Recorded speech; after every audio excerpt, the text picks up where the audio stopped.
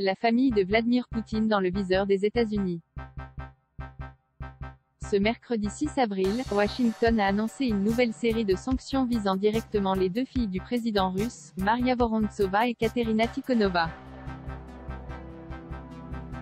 Âgées d'une trentaine d'années, les deux jeunes femmes figurent désormais sur une liste noire impliquant le gel de leurs avoirs, la saisie de leurs biens et la rupture de tous leurs liens avec le système financier américain. Pour justifier ces mesures, le gouvernement de Joe Biden a expliqué soupçonner le président russe de contourner les sanctions américaines en utilisant ses filles. Nous pensons que beaucoup des avoirs de Poutine sont dissimulés à travers des membres de sa famille, et c'est pourquoi nous les visons, a expliqué un haut responsable américain. Mais qui sont donc les filles du chef du Kremlin?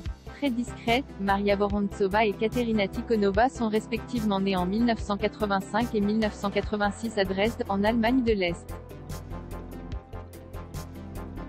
Grâce à une éducation supérieure suivie en Russie, elles ont toutes deux poursuivi de grandes carrières professionnelles. Selon certains médias russes, Maria Vorontsova est endocrinologue. Elle travaillerait actuellement pour une grande entreprise de recherche de traitement contre le cancer et serait à la tête d'un programme de recherche en génétique financé par l'État russe.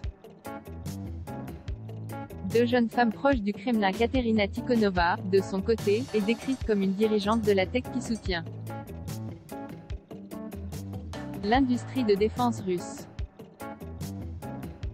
Mathématicienne, elle serait, toujours selon certains médias russes, à la tête d'une fondation scientifique et technologique affiliée à la principale université des États de Russie.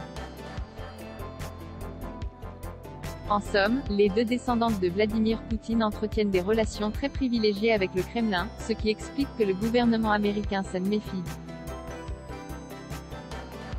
À noter que Maria Vorontsova et Katerina Tikhonova ne sont pas les seules visées par les nouvelles mesures américaines. Maria Lavrova et Ekaterina Vinokourova, la femme et la fille du ministre des Affaires étrangères russe, Sergueï Lavrov, et les membres du Conseil de sécurité russe, ont été placés sur la même liste noire.